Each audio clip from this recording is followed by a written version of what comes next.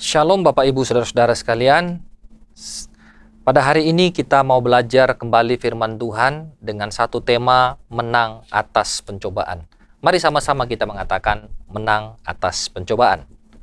Nah Bapak Ibu Saudara-saudara, pada saat ini kita semua sedang diuji oleh satu virus COVID-19 yang menyerang ke berbagai area dalam kehidupan kita.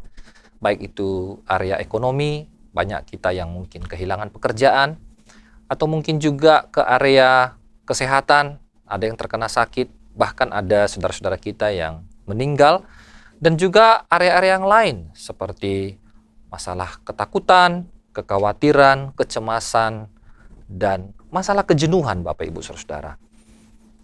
Kita semua diuji dan dicobai oleh persoalan ini.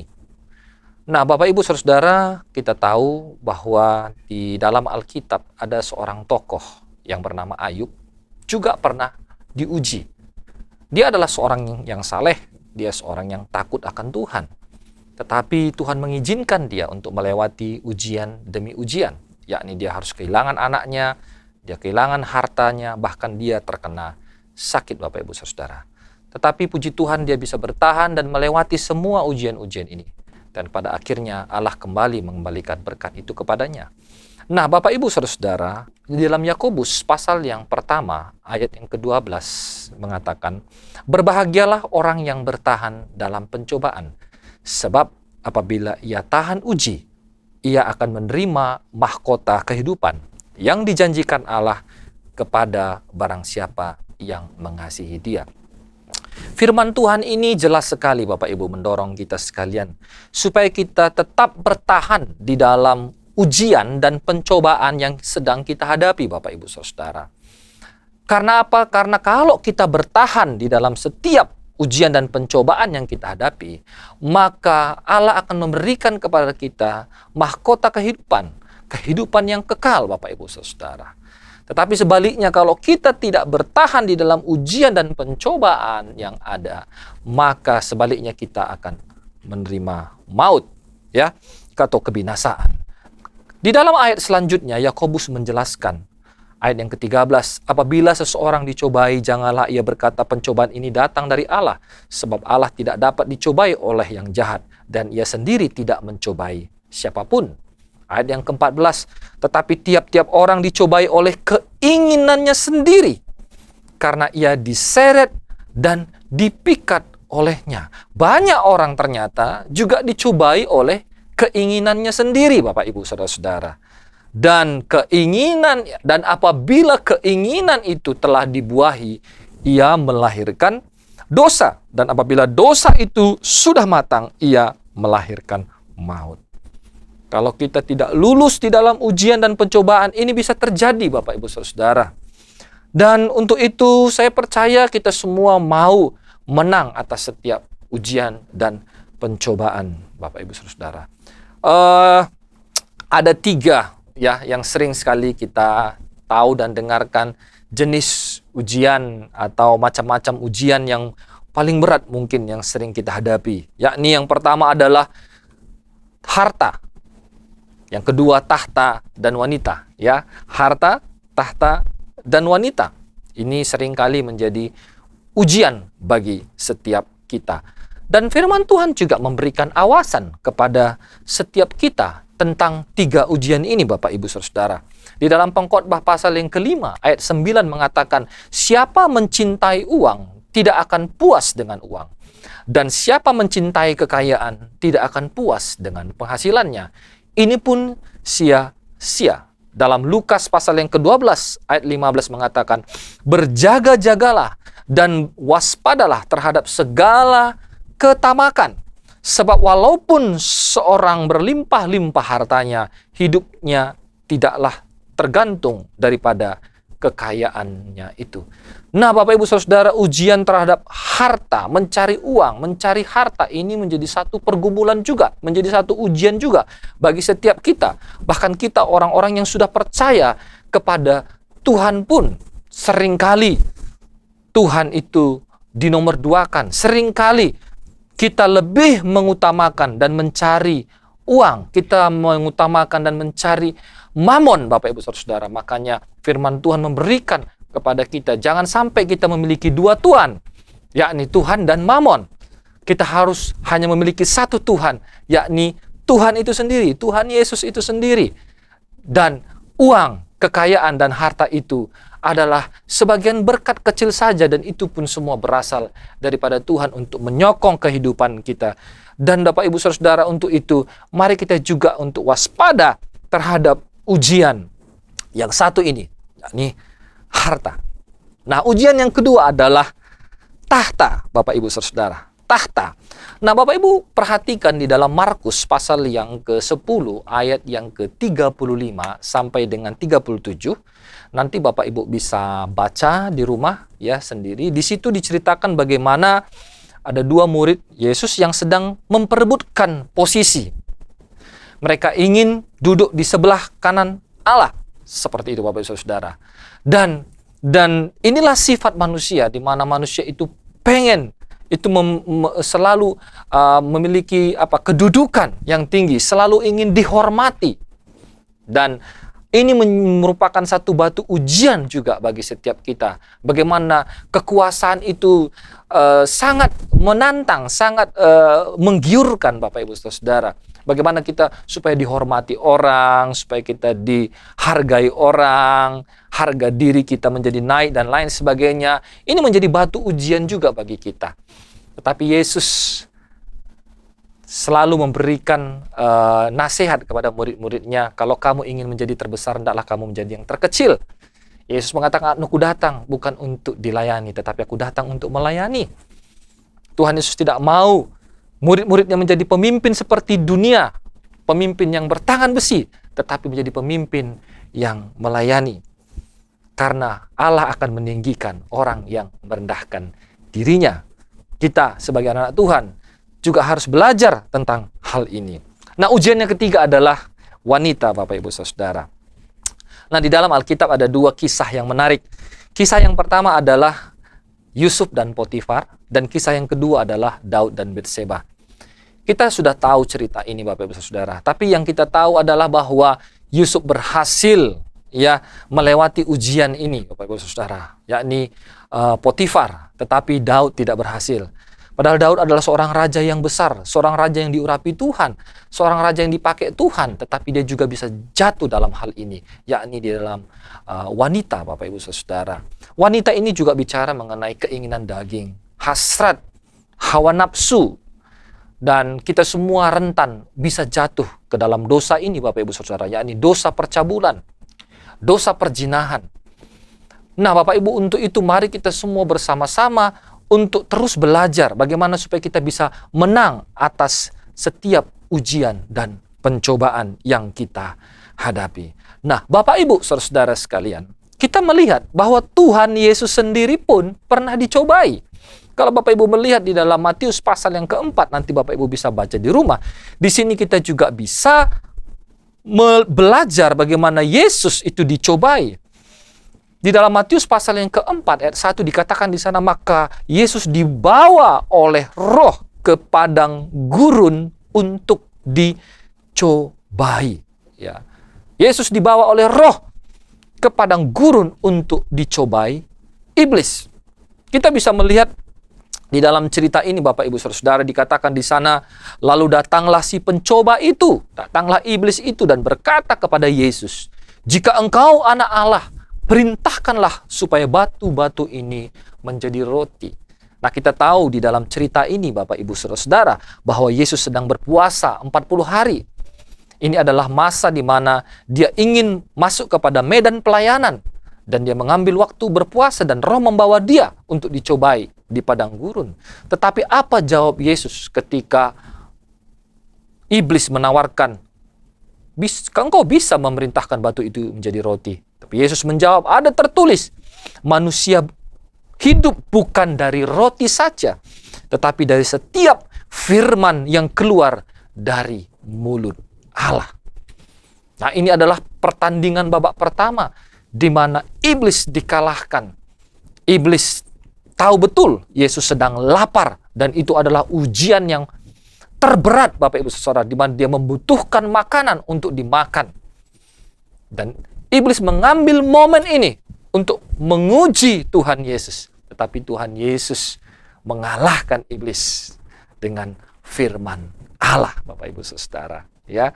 Nah, yang kedua, Bapak Ibu Saudara, lalu berkatalah iblis kepada Yesus, "Jika engkau anak Allah, jatuhkanlah dirimu ke bawah.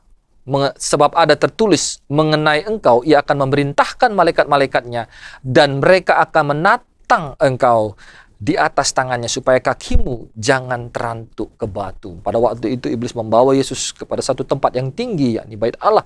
Dan iblis mengatakan ini kepada Tuhan Yesus. Ini adalah ujian yang kedua, pertandingan yang kedua.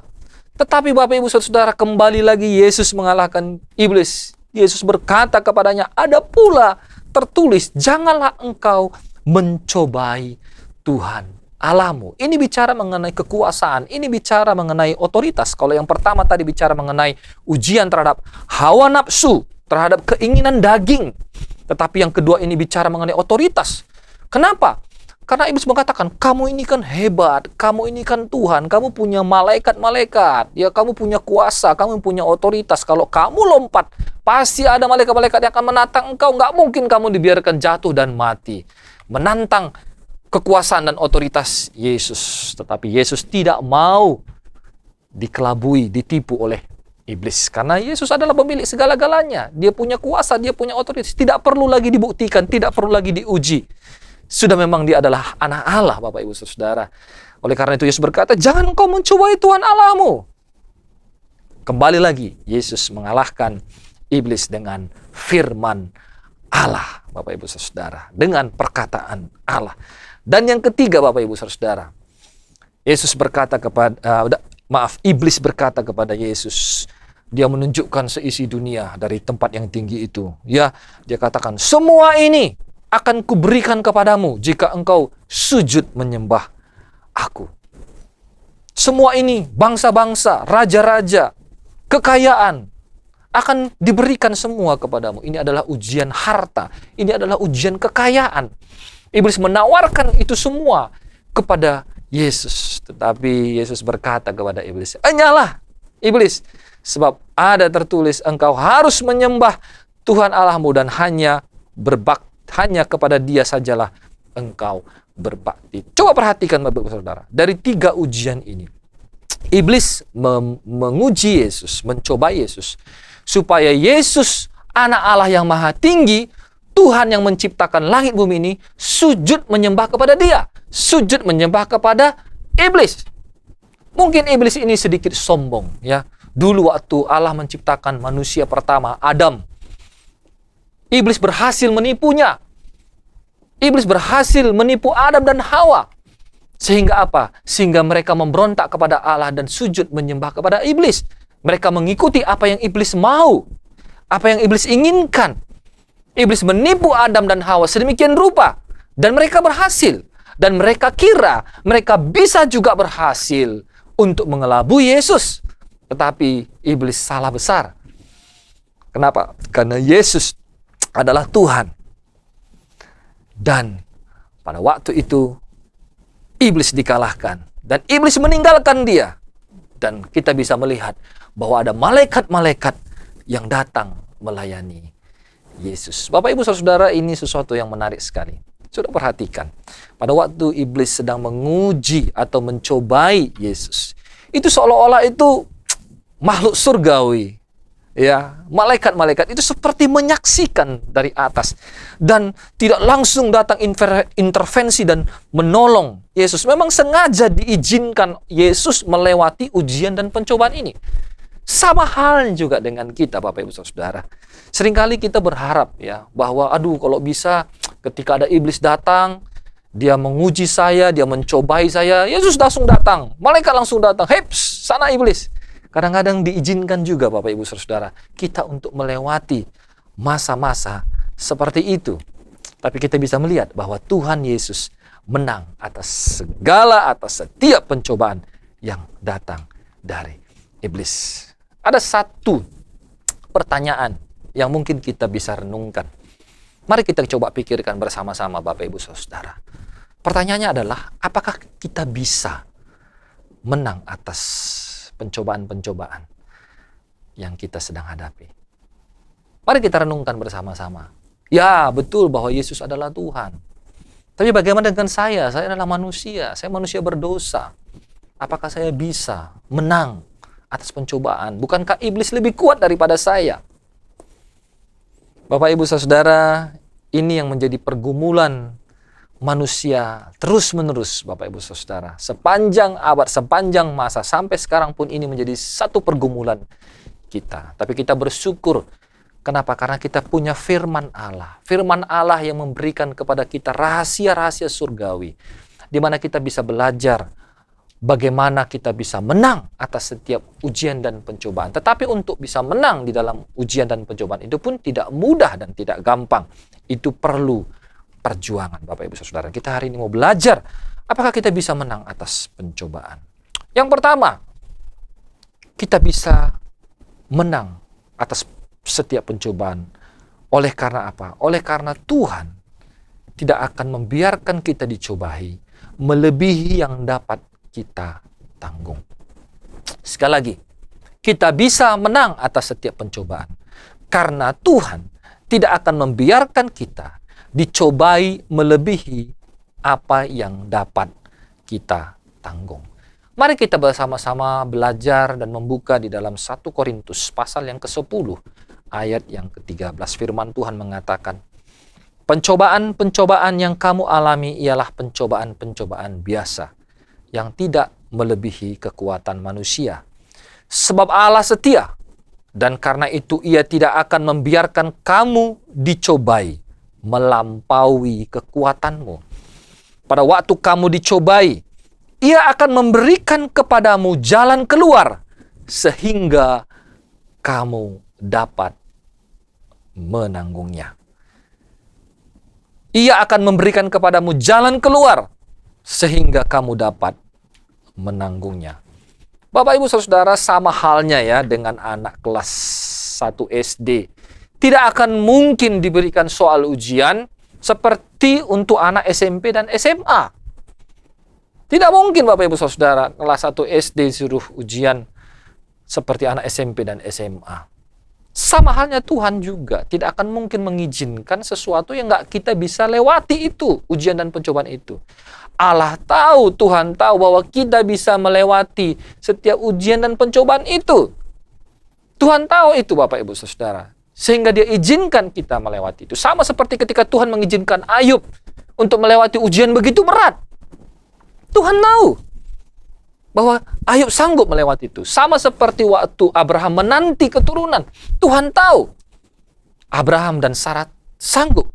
Dan tokoh-tokoh Alkitab yang lainnya Tuhan tahu sebenarnya mereka bisa atau sanggup melewati itu, Bapak, Ibu, Saudara.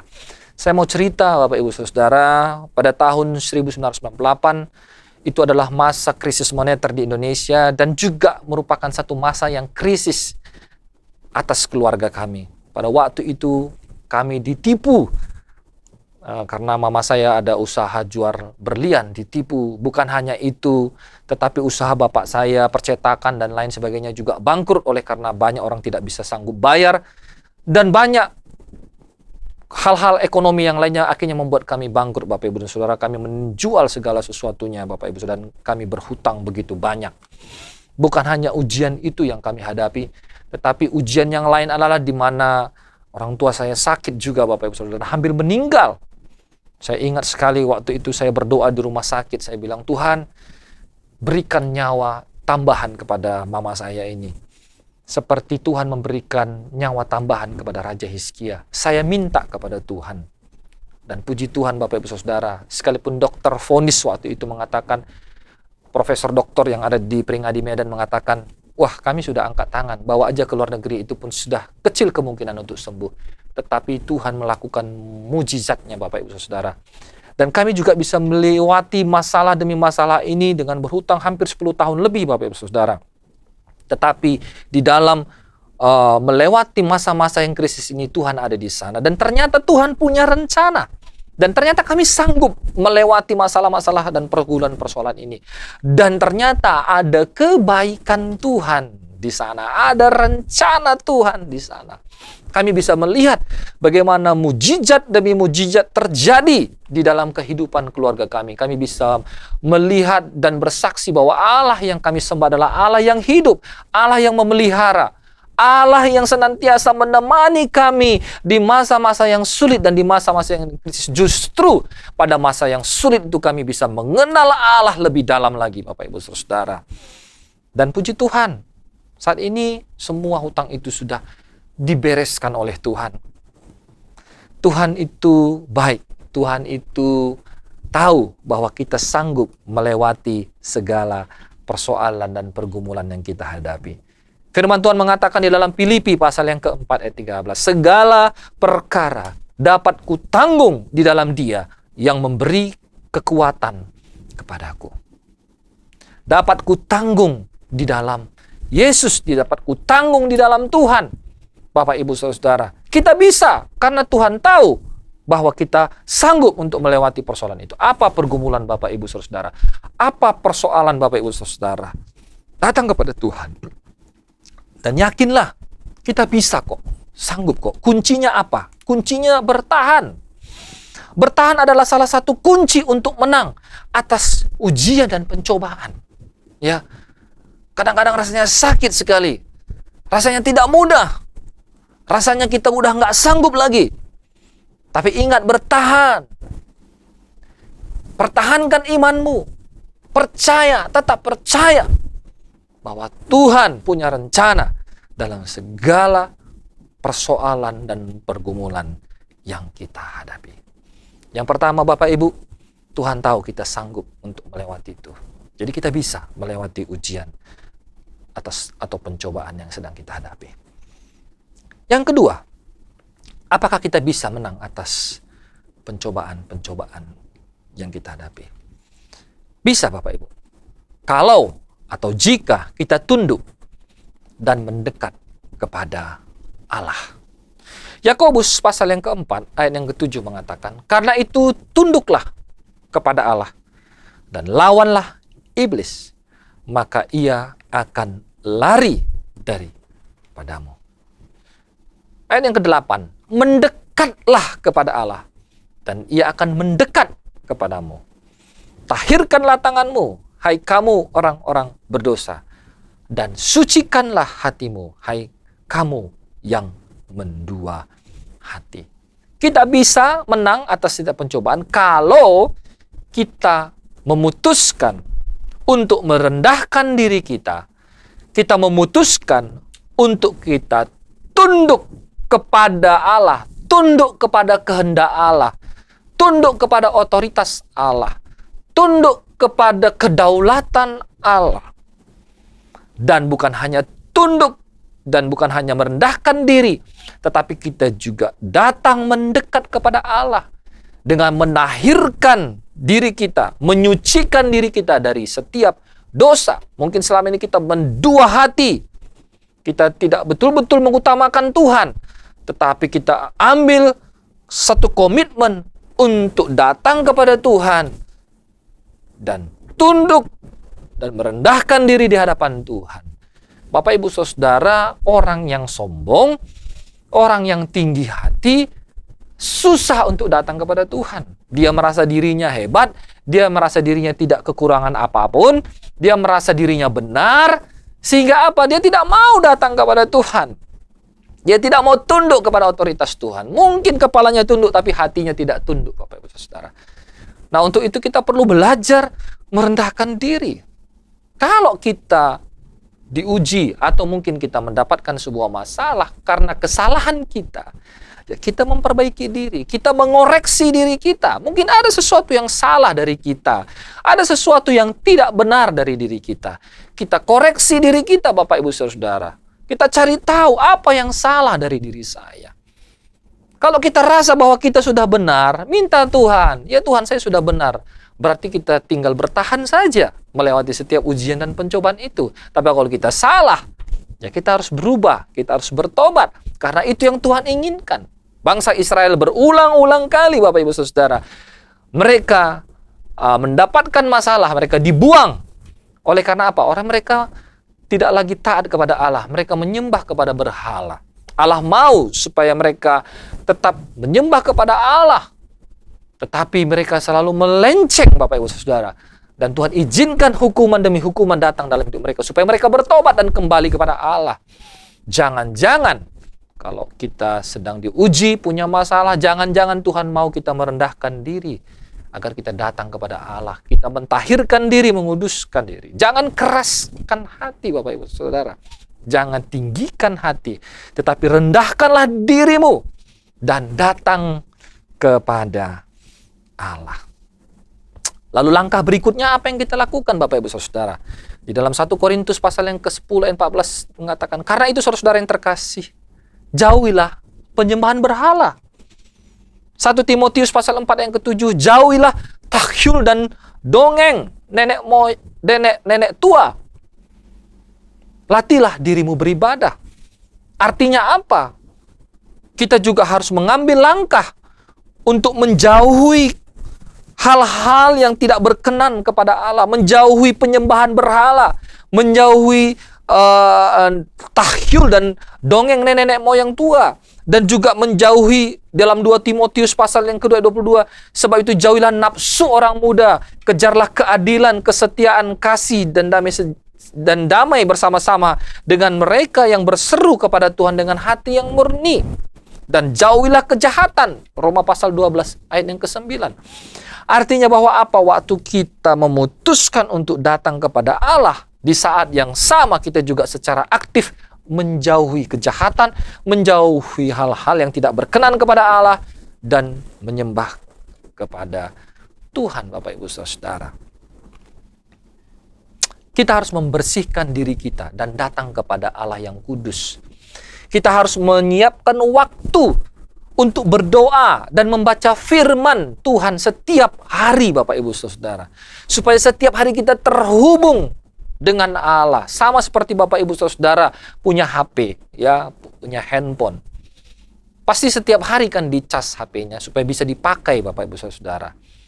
Harus terhubung dengan sumber listrik. Kita juga anak Tuhan, kalau mau hidup terus, ya, harus terus-menerus berhubung dengan Tuhan. Yesus mengatakan dalam Yohanes pasal yang ke-15 ayat 4, tinggallah di dalam aku dan aku di dalam kamu.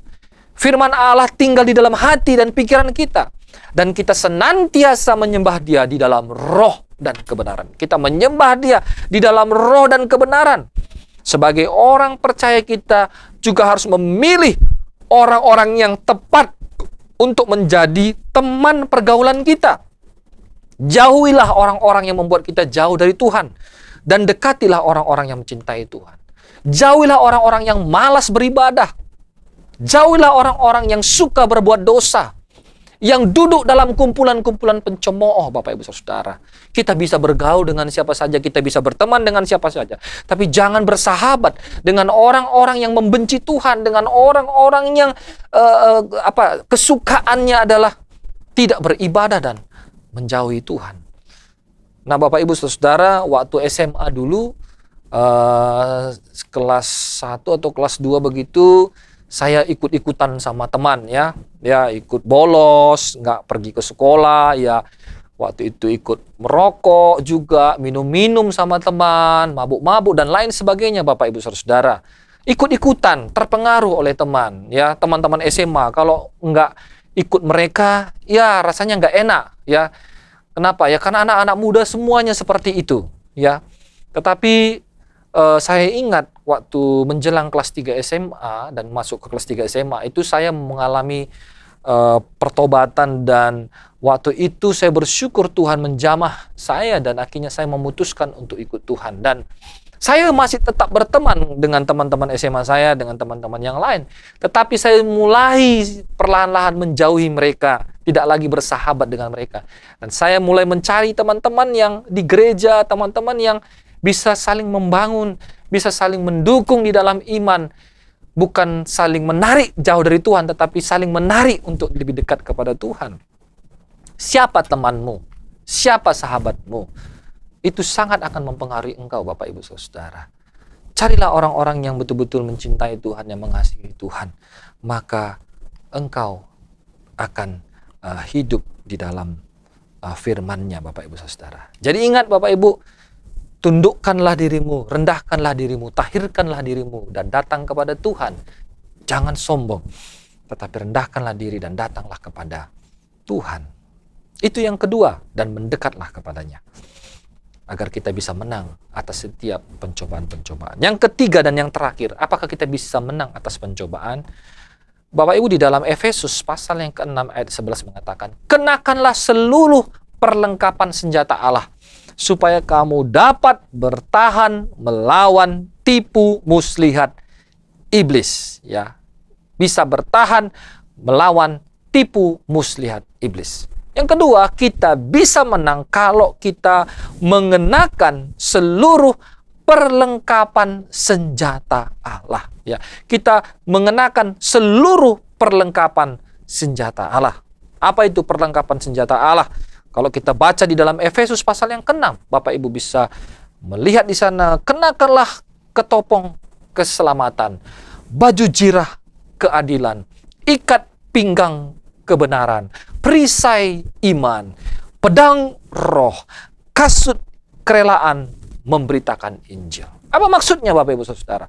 Sebagai orang percaya, kita harus terus-menerus hidup di dalam keselamatan, hidup di dalam keadilan, selalu berdoa, berikat pinggangkan kebenaran, selalu hidup di dalam kebenaran firman Allah. Gunakan perisai iman kita, dan gunakan pedang roh, firman Allah, kasut kerelaan, kerelaan untuk senantiasa memberitakan Injil. Bapak Ibu Saudara, hal yang menarik dari ayat ini adalah dikatakan tadi, supaya kamu dapat bertahan melawan tipu muslihat iblis. Tipu muslihat iblis. Kita tahu bahwa iblis adalah penipu sejak semula. Kita lihat di dalam Kejadian pasal yang ketiga, di mana iblis menipu Hawa, iblis menipu Adam, Bapak Ibu Saudara, sehingga mereka jatuh ke dalam dosa. Dan di dalam Yohanes pasal yang ke-8 ayat 44 dikatakan, iblislah yang menjadi bapamu, dan kamu ingin melakukan keinginan-keinginan bapamu. Ia adalah pembunuh manusia sejak semula dan tidak hidup dalam kebenaran, sebab di dalam dia tidak ada kebenaran. Apabila ia berkata dusta, ia berkata atas kehendaknya sendiri, sebab ia adalah pendusta dan bapa segala dusta. Iblis sering menipu kita dengan berbagai macam cara dan tawaran. Iblis tahu kelemahan kita. Iblis tahu keinginan daging kita. Iblis tahu kesukaan kita. Dan dengan mudah sekali, dia seperti singa yang sedang memantau Bapak Ibu. Kapan Bapak Ibu lengah, dan dia akan datang. Dan dia akan tawarkan kesenangan-kesenangan dunia. Tawarkan keinginan-keinginan dunia. Yang akhirnya menyeret kita kepada dosa. Dan akhirnya membuahkan maut, Bapak Ibu Saudara. Bapak Ibu Saudara, pikiran adalah medan pertempuran kita. Orang yang bertobat dikatakan adalah orang yang mengalami transformasi di dalam pikirannya. Roma pasal yang ke-12 mengatakan, hendaklah kamu berubah oleh pembaharuan budimu. Pembaharuan budi di sana berbicara mengenai perubahan pikiran kita, Bapak Ibu Saudara. Apa yang bisa merubah pikiran kita? Firman Allah. Dan Bapak Ibu tahu, iblis seringkali mempermainkan pikiran kita. Iblis seringkali memasukkan benih-benih kebohongan, benih-benih dosa melalui apa? Melalui pikiran kita, Bapak Ibu Saudara. Iri hati muncul dari mana? Muncul dari bisikan iblis. Ketika iblis mengatakan, kamu lihat dia, kamu lihat orang itu lebih berhasil, orang itu lebih sukses, padahal kamu sering datang ke gereja. Tapi mana buktinya? Kok kamu nggak diberkati? Tetanggamu lebih diberkati. Akhirnya Bapak Ibu mulai iri hati dan marah kepada Tuhan. Iblis berusaha untuk memecah kita dengan Tuhan. Iblis berusaha untuk menarik kita jauh dari Tuhan.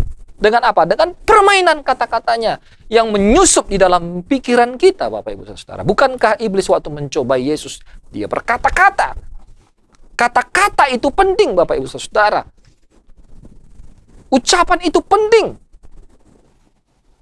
Nah, bagaimana kita bisa melawan perkataan iblis yang menipu ini? Dengan firman Allah juga. Seringkali dipermainkan pikiran kita. Dalam masa COVID seperti ini, Bapak Ibu Saudara, ada banyak hal yang kita mulai pikirkan.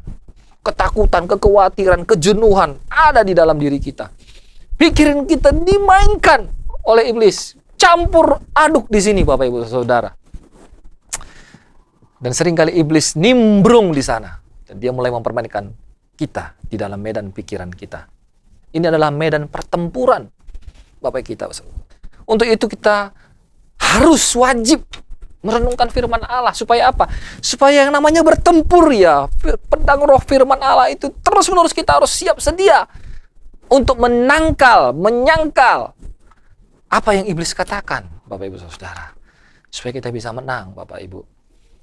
Mungkin ada rasa seperti kecewa di dalam hati kita, pergumulan-pergumulan lain, Bapak Ibu Saudara, yang menantang pikiran kita. Ingat, sekali lagi, kita harus waspada. Kita harus berhati-hati, Bapak Ibu Saudara. Jangan sampai iblis menipu kita. Tidak mudah, Bapak Ibu. Tetapi marilah setiap hari kita mengenakan ketopong keselamatan. Mari kita senantiasa selalu merenungkan firman Allah. Roma pasal yang 8 ayat 31 mengatakan, jika Allah di pihak kita, siapakah yang akan melawan kita? Siapakah yang akan dapat lawan kita?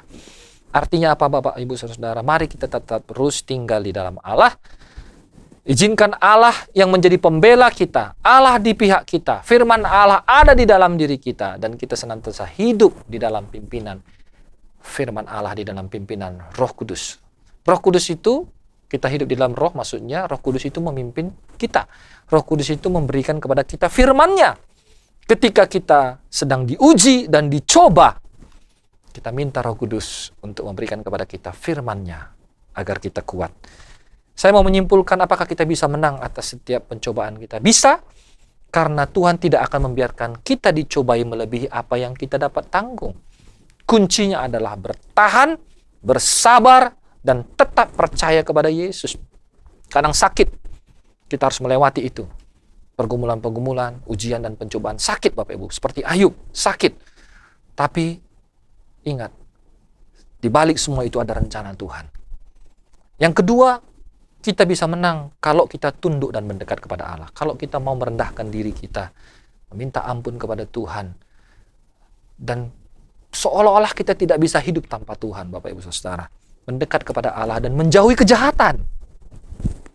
Secara aktif kita mendekat kepada Allah, menahirkan kita atas dosa-dosa kita, dan menjauhi kejahatan. Secara otomatis, Bapak Ibu, kalau kita mendekat kepada kejahatan, maka kita menjauhi Tuhan. Kalau kita mendekat kepada Tuhan, secara otomatis kita meninggalkan kejahatan. Otomatis, Bapak Ibu Saudara. Kalau Yusuf, dia menjauh kan dari Potifar, dari godaan. Kalau Daud, dia mendekat kepada ujian pencobaan. Nah, selama ini kita lebih dekat kemana ini? Ini yang harus kita renungkan. Dan yang terakhir, kita bisa menang atas pencobaan jika kita mengenakan seluruh perlengkapan senjata Allah. Ingat, medan pertempuran kita adalah pikiran kita. Kenakanlah ketopong keselamatan, perisai iman, pedang roh, ikat pinggang kebenaran, keadilan, firman Allah yang senantiasa kita jaga dan kita hidupi di dalam hidup kita. Amin. Mungkin kita selama ini di dalam setiap ujian pencobaan kadang-kadang kita jatuh, kadang-kadang kita kalah, kadang-kadang kita tidak menang, Bapak Ibu Saudara, kadang-kadang kita juga tidak sanggup dan lain sebagainya. Tapi biarlah firman Tuhan ini kembali memotivasi setiap kita, mengingatkan setiap kita, Bapak Ibu Saudara, bahwa kita itu bisa menang dari setiap pencobaan. Dan biarlah Tuhan senantiasa di pihak kita sekalian. Amin. Mari kita merenungkan firman Tuhan ini, Bapak Ibu.